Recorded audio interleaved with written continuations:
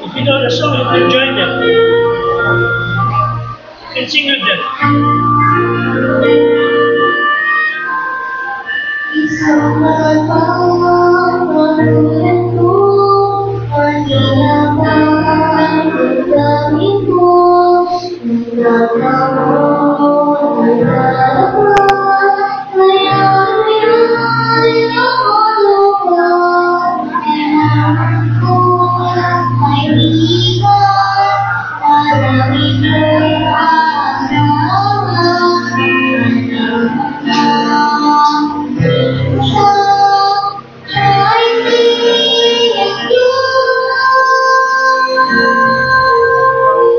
See you soon.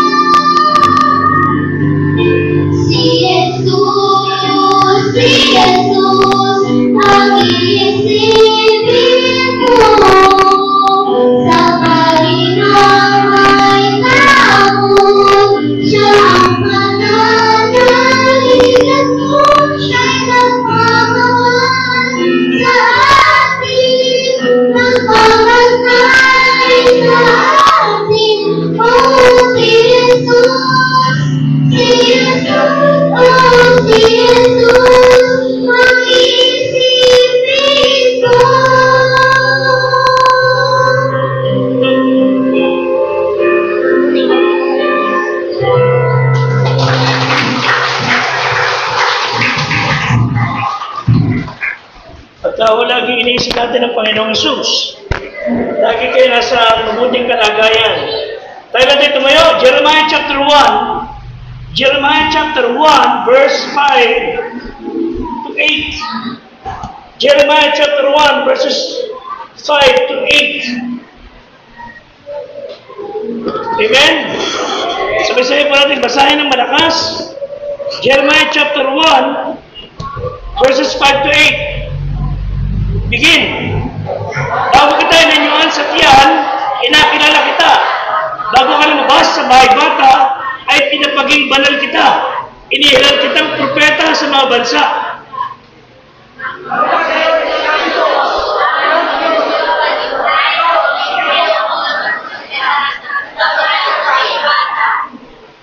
Ngunit sinabi sa akin ng Panginoon, huwag mo sabihin ako'y bata, sapagkat saan lang kita susuguin, ay paroroon ka, at anumang iutos mo sa iyo, ay sasalitain mo. Verse 8, huwag kang matakot dahil sa kanila, sapagkat ako'y sumasa iyo upang iligtas ka, sabi ng Panginoon.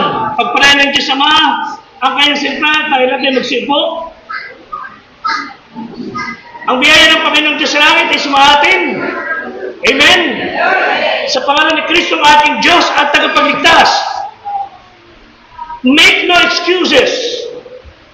Pag kayo po ay tinuutusan, tinatawag ng magulang o sinasabihan ng nakatataas sa atin, pag tama naman ang sinasabi at meron dapat na ipagawa sa atin, don't make any alibis. Huwag mag-excuse. Huwag atubiling sumunod kagad. Huwag magbibigay ng mga paraan para makaiwas. Again, make no excuses. Kasi ang problema natin mga tao, lalo ng mga Pilipino, ang galing natin mag-excuse. Hindi ko alam yan. Sila na nakakaalam yan. Hindi ko naintindihan, kaya sila lang ang magpaliwanag. May mga sinasabi pa tayo, hindi ko kabisado itong bagay nito. Para hindi lang siya mautusan. May lakad kasi ko, kaya next time na lang. Madalas sila mga sinasabi ng tao, ayaw mo sa church, namatayan kami. Sumunod na yan muli, namatayan kami ulit. So, ayaw mo sa Panginoon, namamatayan sila. May mga excuses tayo na liti mo, pero most of the time, we have excuses para lamang makaiwas at huwag lang gawin, huwag lang sundin ang tinig ng Diyos. Trabaho ng pastor yan. Hindi ako dapat mag-aakay. Wala kasi kong gift magsalita. Wala akong gift umawit. I don't have any talent. So sila na lang makapaglingkod. Iba naman, teka, nagsimba na ako kanina. Sisimba na naman bukas. May mga ganun salita. At ito ang pinaka-immortal, pinaka-sikat, at pinaka-paborito ng maraming tao ma-excuse. Inaaya ng Diyos isang bagay, tinatawag ng Diyos sigawin isang bagay, dinadala natin sa Panginoon sa mga tao, and they would say, busy ako. Busy, B-U-S-Y, pag hindi tama ang iyong dahilan, at ito ay alibi, excuses lamang, you are being under Satan's yoke. Busy, being under Satan's yoke. Pag yung Diyos nagsasabi sa atin ang bagay na dapat mong gawin, at hindi mo ginawa, you are being under Satan's yoke. Mga kapatid, bakit pag kayong amo, teacher, kaibigan, kabarkada, ang nagsabi ng bagay, kahit masama, sinusunod natin. Pero bakit pag ang Diyos, parang ang tagal nating sundin?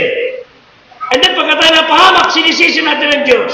At ang sinasabi natin, bakit mo ko ginaganito, Diyos ko? Bakit mo ko ginaganyan? Na wala namang kasalanan ng Diyos. Make no excuses. Sabi ni isa, he who excuses himself, accuses himself. Siya tunay. Sabi ni Mr. Franklin, he that is good for making excuses is seldom good for anything else. Siya totoo naman.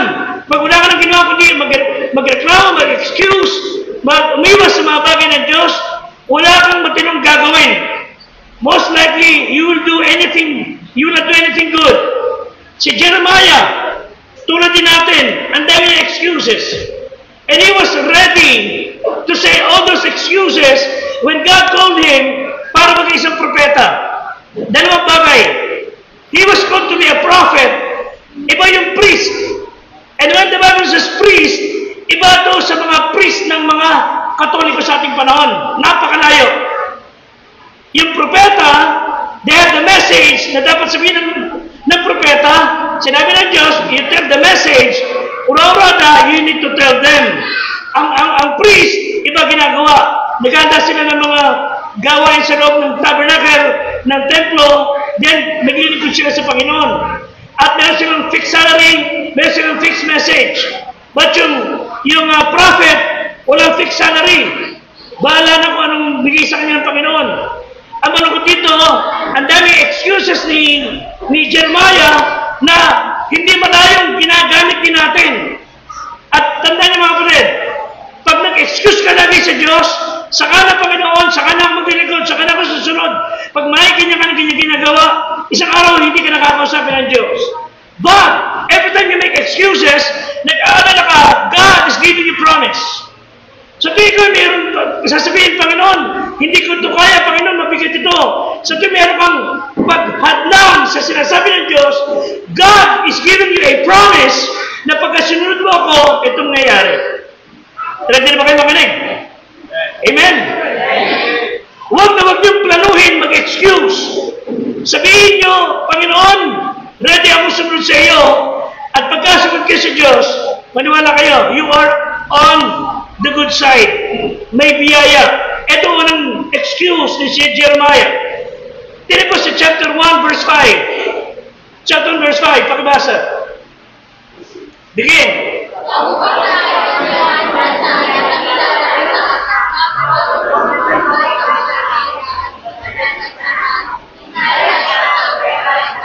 Okay, ito sabi niya.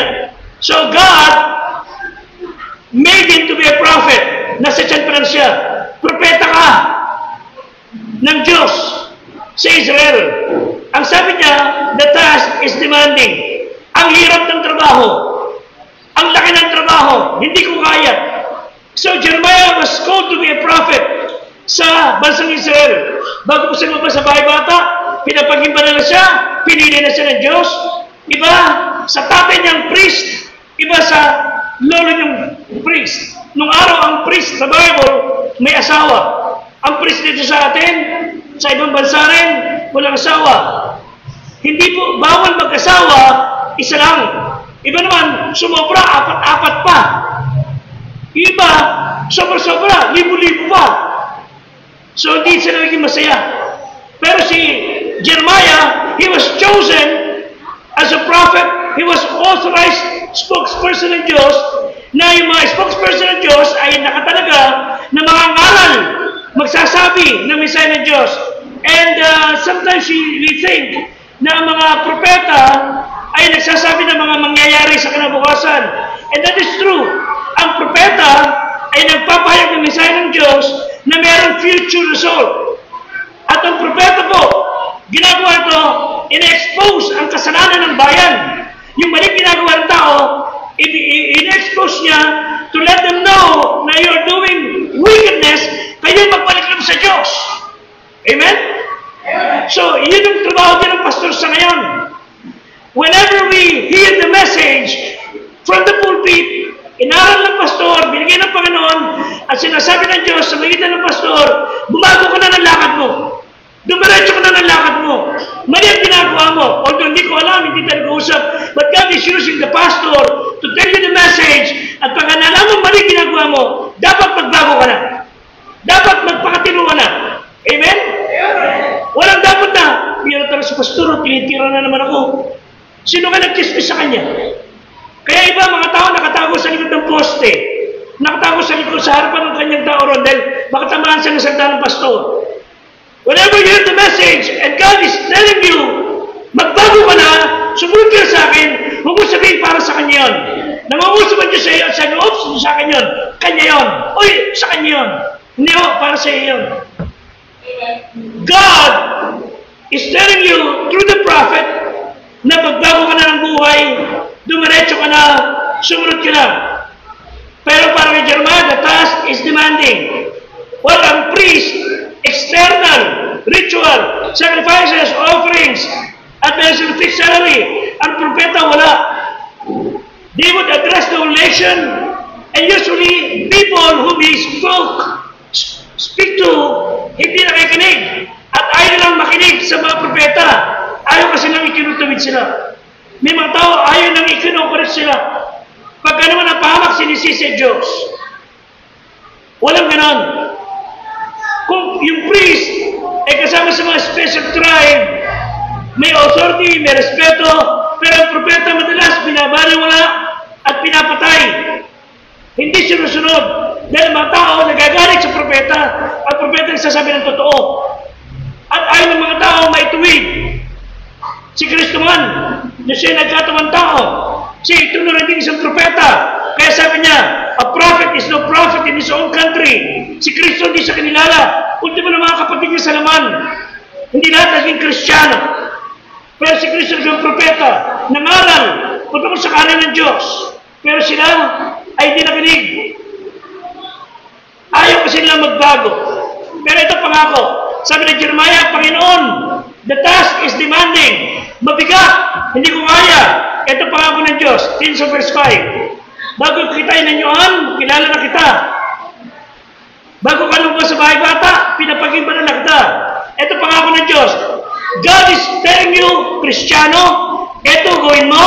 Kristiyano, ito ang dapat mong sundin, ito ang dapat mong gawin. Pinapangako ko sa iyo, kaya mo, kasi kilala kita. I know you.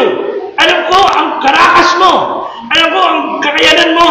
So yung kakayanan mo, gagamitin ko para ma-accomplish ang aking nais. And God may assign us a demanding task. Pero ang kanyang panawagan ay makakapagbigay sa iyo ng kakayahan para sumunod at para ihanda ang mga tao. Yung sinabing nakikilala kita, I know you. Hindi lang ito, kilala ko lang na ganito o magkakalala lang tayo. Hindi ganun lang. Ang sinasabi nito ng Diyos, I know Jeremiah, I chose him, anointed him, I know him by name, I handpicked Jeremiah, pinili ko siya talaga, dahil meron akong layunin para sa kanya. At alam ko, pag susunod ka Jeremiah, alam mo magagawa natin ang plano ko. So, let's be like Jeremiah. At tulad ni Kristo, hindi man tanggapin ng tao ang mensahe natin, pero dapat tayo sumusunod sa Diyos. May plano ng Diyos, may layunin ng Diyos. So, sabi ng Diyos, sabi ng Jeremiah, the task is demanding. Sabi ng Diyos sa kanya, I know you, kakayanin mo. Amen? Ano yung iniutos sa'yo ng Diyos? Ano yung pinagagawa sa'yo ng Diyos? Huwag mo sabihin, hindi mo kaya. Kaya nga, tinawag ka niya, He will enable you to do it. Amen? Ako rin, gusto ko maging architect noong araw. Hindi namin kaya. Nabagsak ako sa accountancy. Pero, yun pala, hindi namin kinaya. Dahil ang plano ko na rin maging akong misyonero, maging pastor, maging preacher. Sabi ko, Panginoon, napakamahiyain ko. Hindi ko kaya humarap sa mga tao. Hindi lang naguntukan ang tuhod ko, naglalagpasan sa nervyos. Hindi ko kaya to. Kaya nga kita tinawag. Dahil kakayanin mo, kasama ako. Amen? Hindi ako gagamit ng taong may kakayahan para yumabang. Ang ginagamit ko yung walang kakayahan para ako ang kakayahan mo. Amen? So the task is demanding. Sabi ng Diyos, I will enable you. Second, sabi ni Jeremiah, my talent is derisory. Ibig sabihin, may ng klase ko. Sigod naman ako, wala akong kakayahan. Lord, teka muna, huwag mo muna akong tawagin. Wala pa akong nalalaman. Sabi naman iba, Panginoon, hindi ko alam pa paano magsalita. Hindi ko alam kung ano sasabihin. Meron nakita sa Facebook na sinisikap niya magkaroon ng vlog. Dahil gusto niya magka-vlog, hindi nga lang nakarating yung camera sa kanya, nasa area na siya, kung ano pa mga kinukupot niya sa mukha niya. Hindi lang naka-area na siya, kinukupot yung ilong, tatatagal ang buhok sa ilong, tapos naka-arte pa siya, lugod pa siya, naka-FP na siya. Hindi, gagamit niya sa mga sinto-sinto, mga kapatid. Amen? Gagamit siya na may kakayahan, at doon sabihin wala kayong kakayahan, God will enable you, at doon sabihin wala kayong alam, God did not make person na walang kakayahan. Meron lahat. Ayaw na magpagamit ng tao. Hindi po sinabi Jeremiah 1:6. Ano po sabi niya? Jeremiah 1:6. Basa. Na magkakayoy.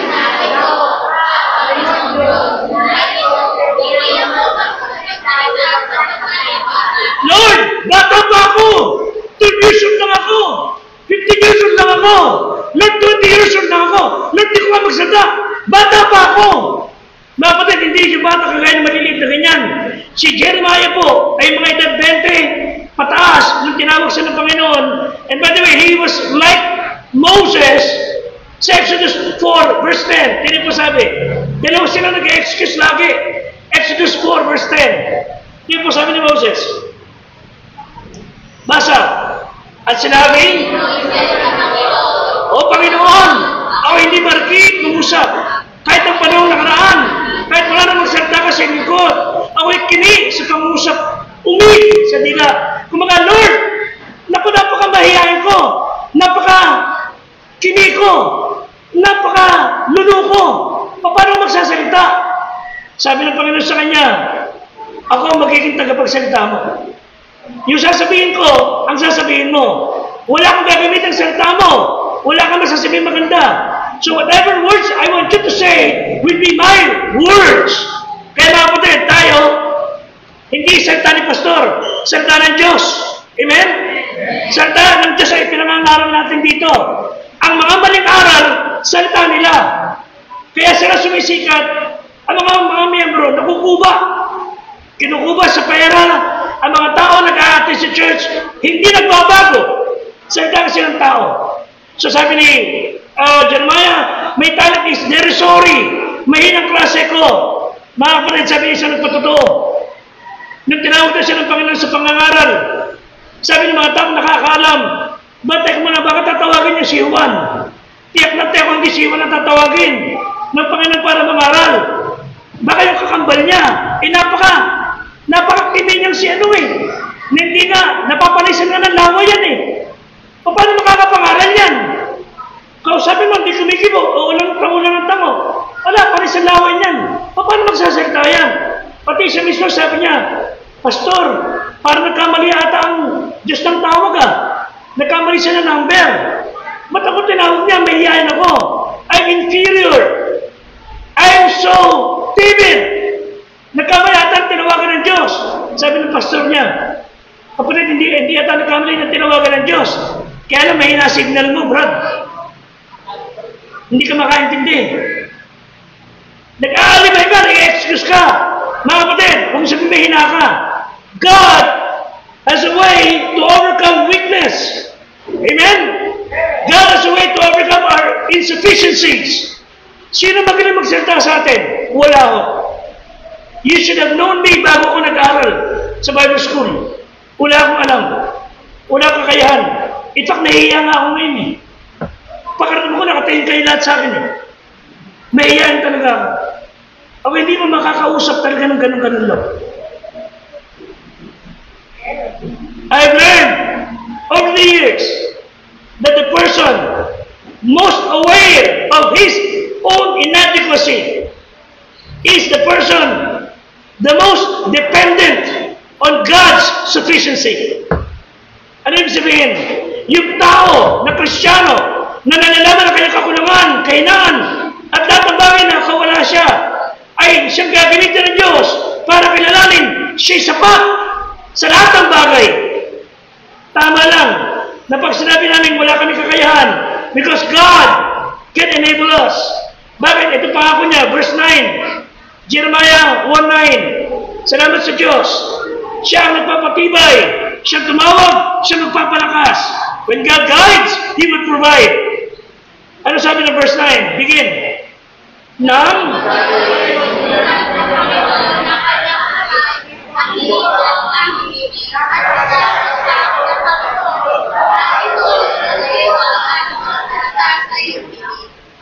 you will be able to speak God's word. Hayaan mo lang, ipuin ng Diyos yung bibig. Let God touch your life. Let God touch your life. Amen? Let God rule and reign sa iyong buhay.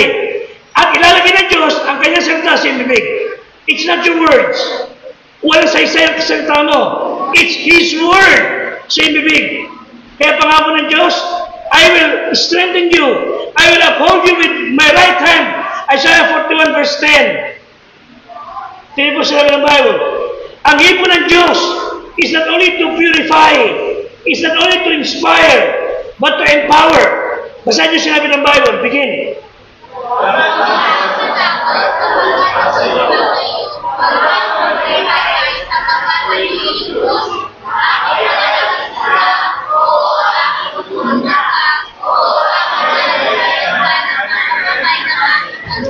Amen?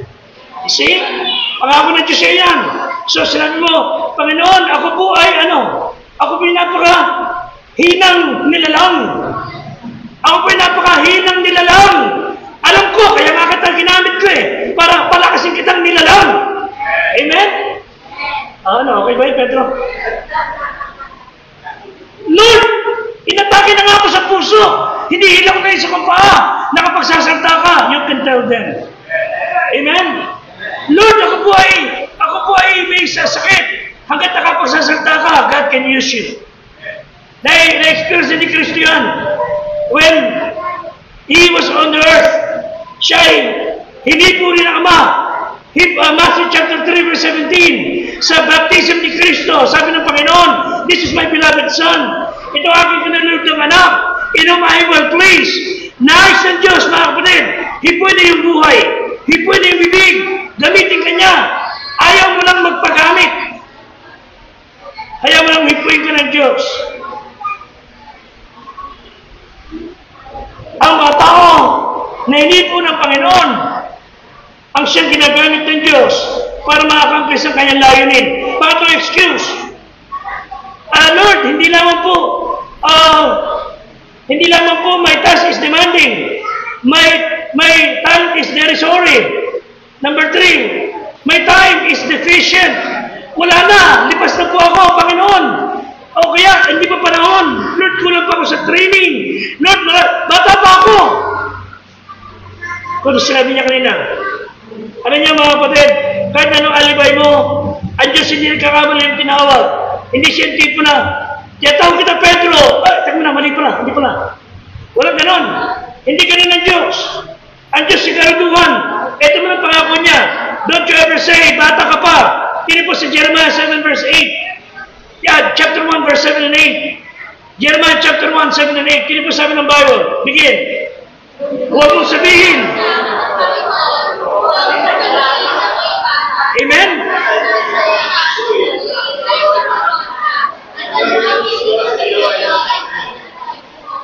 Eight. Huwag kang matakot.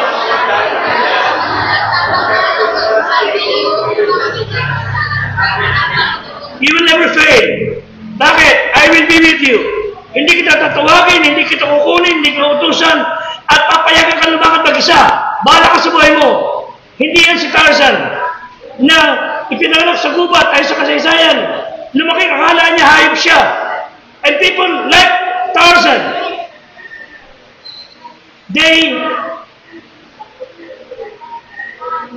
talk like Tarzan, they dress like Jane, and they smell like cheetah. Yan ang nangyayari sa tao ngayon. Pag sumuhay sa Diyos, ano sabi ng Diyos? I will never send you alone. I will send you kasama ako. Amen? Way back 1990, nagsimula kami ng gawain dito. Wala pa ito lahat ng ito. Wala pa kayong lahat, mga kapatid. Nagpalabas kami ng pelikula dyan sa May Center. Nilangaw kami. Paano hindi lalangawin? Nasa gitna ng kalsada, daan ng sasakyan. Ang pelikula dito, paano manonood ng tao? Dumadaan ang mga sasakyan. Walang nanonood. Walang namansin sa amin. Pinagtatawanan kami. That was 1990, January. Dinala ko ng Diyos dito. Anong kung dinala ko ng Diyos dito? Kinukumbinsi ko magpatuloy. Ayaw ko. Ayaw ko sa bundok. Doon ako lumaki sa Maynila. Ba't ako napunta sa bundok? Lumak-lumak pa yung kalsada ngayon, pababa. 3 oras ko nilalakad dyan, pababa. Noong una ko nilakad pataas, akala ko pumunta na ako sa China. Sa layo. Napakapayat ko pa noon. Nagsususpender ako, hindi dahil uso. Nilalalagay ang pantalon ko sa payat. Hindi ko pa kayo kanila. Wala kami makain. Wala akong kakilala. Ngayon na pa ako to, natutulog ako sa sahig, ang higa ko, karton. Hindi ako makabili ng tubig. 25 centimos, wala akong pera. Dinala ko ng Diyos dito, wala akong pagkain. Walang dalang bigas. Siyam na buwan, kinukumbisay ko ng Diyos.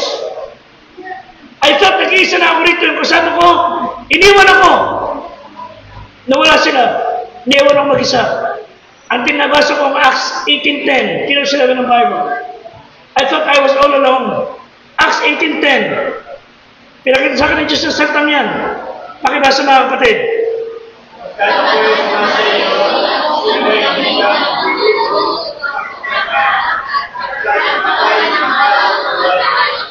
Nagsinungaling ba Diyos? No. Kasama ako Diyos. Hindi ako nag-iisa. Walang nanakit sa akin isa nito mga kapatid. At ito pa sabi niya, ay so nag-iisa ako. Sabi ng Diyos, ano sabi? Makapal ang tao ko sa bayan ito.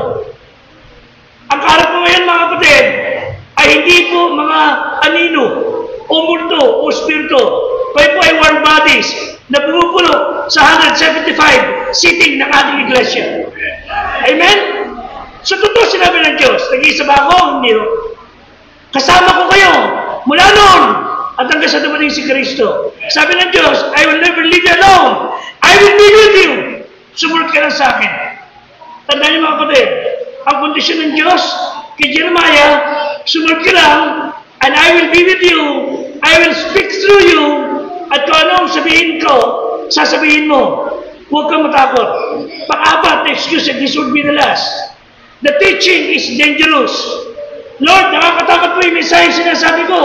Papatay ako ng tao. Mga kapatid, hindi po nabigyan ng Diyos ng mensahe na nakakakiliti ng tenga. Hindi nabigyan ng Diyos ng mensahe sa atin na nagpapatawa ng puso. Ang mensahe binigyan ng Diyos kay Jeremiah ay mensahe ng trahedya at pagkapahamak pag hindi sila nagpanigloob sa Diyos. Kaya ay sa pakinggan ng Panginoon ng mga tao.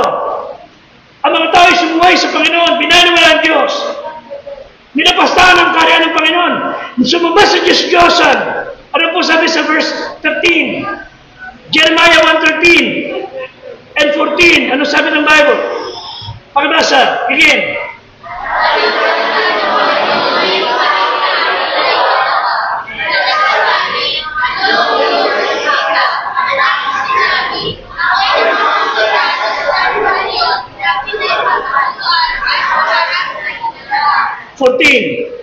Na magkagay sinabi ng Panginoon sa akin, mula sa ilagang ay lalabasin ng kasama ng lahat ng lalanang sa lupain.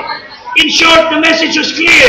Repent or perish. Magsisi, magpaigloob sa Diyos, o kayo ay mapapahamak lahat. Larawan ng palayok na kumukulo, na nakatakibang, kumukulo, handa ng tumumba. So God is telling them through Jeremiah, repent or perish. Sabi ng mga tao, ano ka? Hindi na magbabago. Asal kaya ng nagbebe? Asal kaya ng tumautoma? Asal kaya ng bababae? Asal kaya ng lalaki? Asal kaya ng drugs? Asal kaya ng naloloko? Asal kaya ng lahat ng bagay? Ayaw magsisi ng kasalanan? Mapapahama kayo. Ayaw magbago? Mapapahama kayo. Sabi ni Jeremiah, Lord, please! Ang mensahe may nakakatakot. Ito pangako niya, verse 18. So it may be dangerous, but God will give you the strength. Ano sabi sa verse 18? Begin.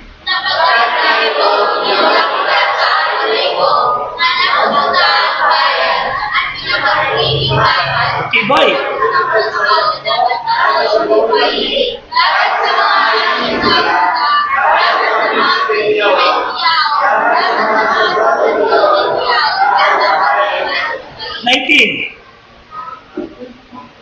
At sila ay magsisilaban sa iyo. Ano sabi? Hindi sila mga nanaig laban sa iyo. Ako ay sumasa iyo upang iligtas ka. Jeremiah, yes, mapanganib ang mensahe mo. Pero nobody could hurt you. Ikay parang nakukutang tanso. Parang ang haliging bakal. Pero yung architectural design.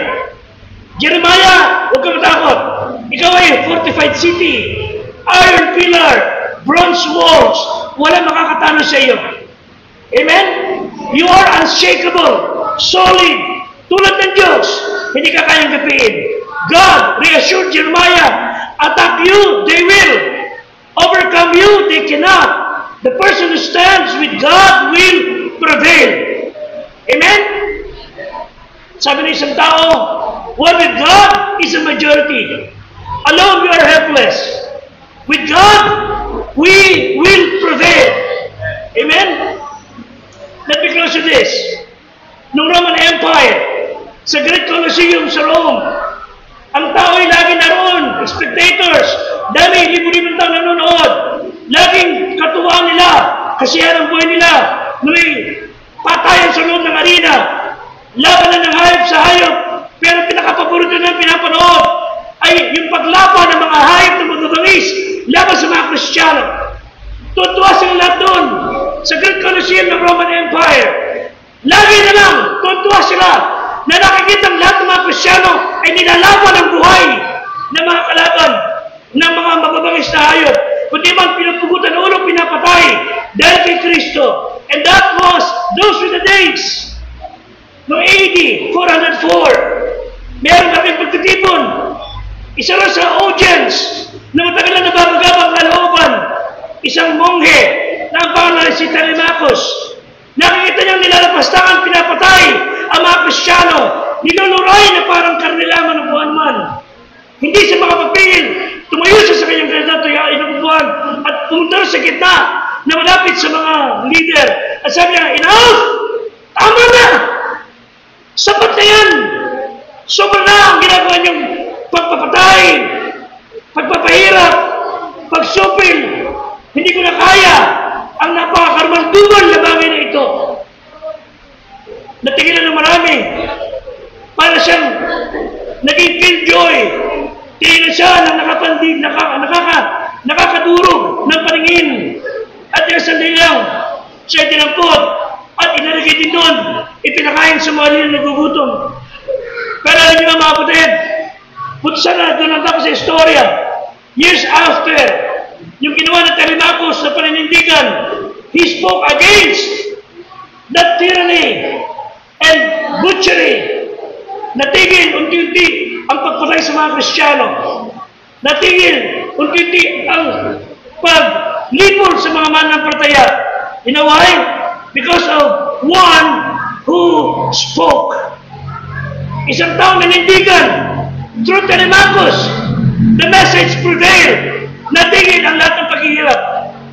Although pinapatay pa rin sa ilang dako ng bansa ang maraming Kristiyano. Ang tanong ko ngayon, ano excuse mo, Kristiyano? Ikaw ba hanggang ngayon, nagkukuli ka pa rin sumunod? Ano iniuutos sa'yo ng Diyos? And then sinasabihan ka, lalayo ko nilang ba, tatalikod? Anong gusto mong gawin sa sinasabi sa'yo ng Diyos? Verse 17, this will be the last. Ano sabi ng Bible? Ikay magbigkis. Verse 17 sa Tagalog. Basa mga kapatid.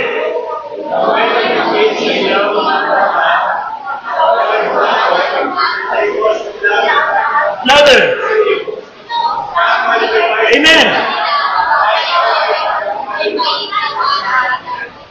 Nung araw, pag kami mga maluwag na road, kailangan mong higpitan ng belt para ikay makapagtrabaho ng ayos at hindi sumabot sabi. Noon, kailangan gumamit ng kamay at sabihin sa iyo, ayusin mo ang iyong bigkis sa balakang, bangon, ayusin. Huwag kang malupaypay. God is telling you, sa magitan niyan, get ready for action. Ikaw ay tinuturuan ng Diyos, pinuuna ng Diyos, be ready to fight. Huwag kang malupaypay. Or else, papanglupaypayin kita. Huwag kang matakot, I will be with you. And this is the promise. Huwag kang malupaypay, dahil baka ikaw yung mamlupaypay, ang kailangan ko ngayon, immediate obedience. Immediate obedience. Should there be no hesitation, no questioning, no circumventing. Sunod ka ng kagad. Ano sinasabi siya ng Diyos? Sumunod ka. Or else, manulupaypay ka. Just whatever God says, make no excuses. Obey Him. Tayo natin tumayo. Habang ka nakapikit, habang